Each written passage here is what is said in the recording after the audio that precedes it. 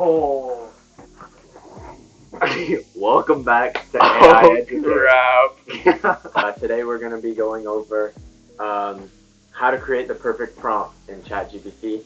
It probably works. These tips probably work with other AIs, but we're not as familiar with them, so we're just going to be going off ChatGPT.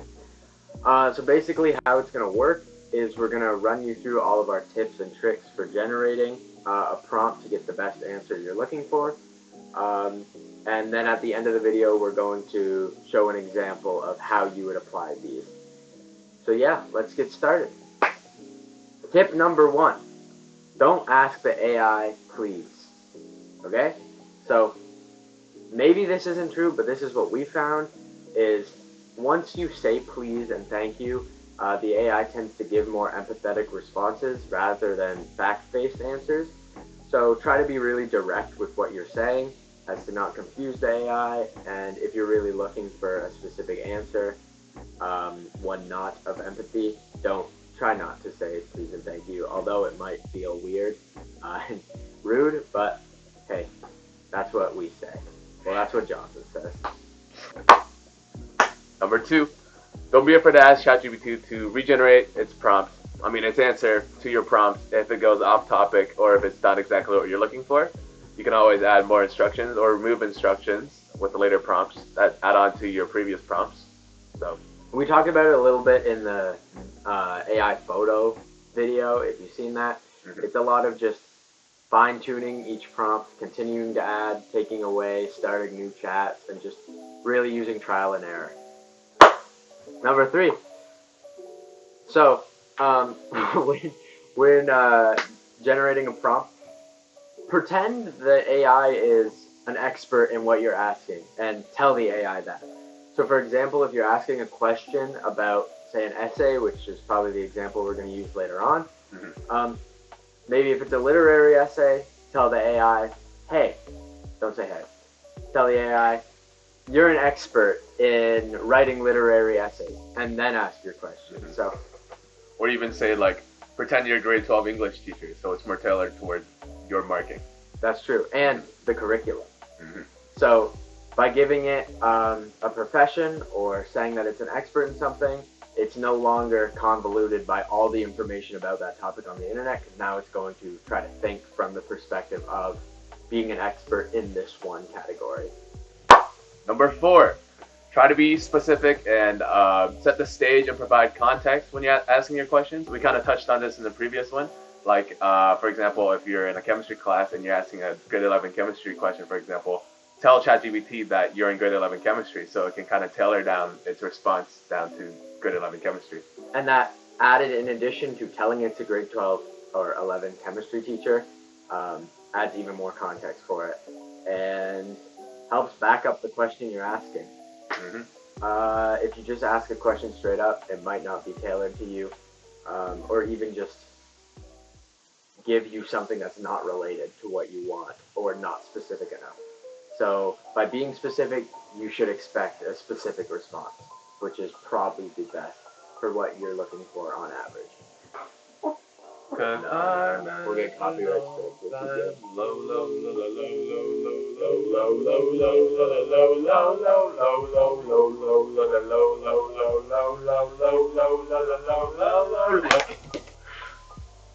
Oh, wait, you're kind of big. Wait, you're low-key bigger than Oh me. my god, Wait, you're low-key bigger James, than come me. here. Wait, this lighting is not doing me justice. Oh wait, he's actually mogging you.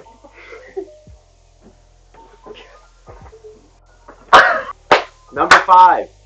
So this tip isn't as deep. It kind of goes along with the other ones, because again, you're supposed to incorporate all of these if it's a prompt, a single prompt.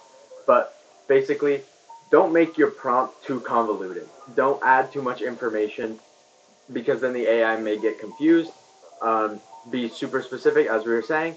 And if you have multiple questions, do separate prompts and ask these in separate chats, because then it won't get confused, and all your questions can be answered separately. Trying to get it to answer multiple questions isn't great and can really confuse the AI, end up giving you a mixed bag of answers, and maybe some of them are wrong. So make sure you're not too convoluted in what you're asking. Exactly. Let's get Now we're gonna get to the example.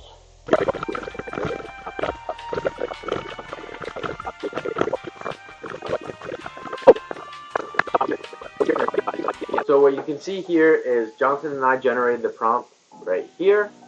As you can see, we specified we told the AI that it's an expert in writing literary essays, which is what type of essay this essay is, and that it's a grade 12 teacher. Again, we specified the curriculum, and the only things we asked it to, we kind of gave context, as Johnson was talking about earlier, how you should set the scene.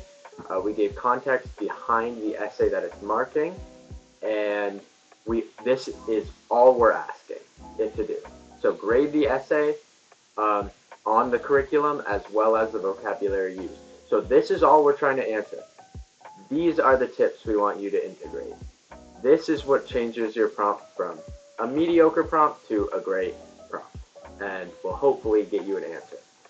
So this is Johnson's essay. We just copy and pasted it in, and yeah, let's see. He did terrible. So maybe this time. I did, bro. What do you mean? Okay. As you can see, because we were so clear and concise in what we asked it to do, it gave us a clear and concise answer. Broke down his strength. James? Oh wait, that'd be messy. Yeah. Broke down his. So as you can see, it broke down his strength and his areas for improvement. Unfortunately, Johnson's already turned this essay in. Maybe he could have done this before and seen his areas for improvement. That's true. But again, take all these with a grain of salt. And overall, this essay demonstrated, so that's good. As you can see, using these tips can help you generate an effective prompt, giving you effective answers in the long run, and saving you a lot of time in getting all the questions you want answered. So yeah. Exactly. And that's about it for the video. If you enjoyed, leave a like and comment and subscribe. That's true. And some words of courage from the king himself. Yeah, you're corn. Yeah. Alrighty.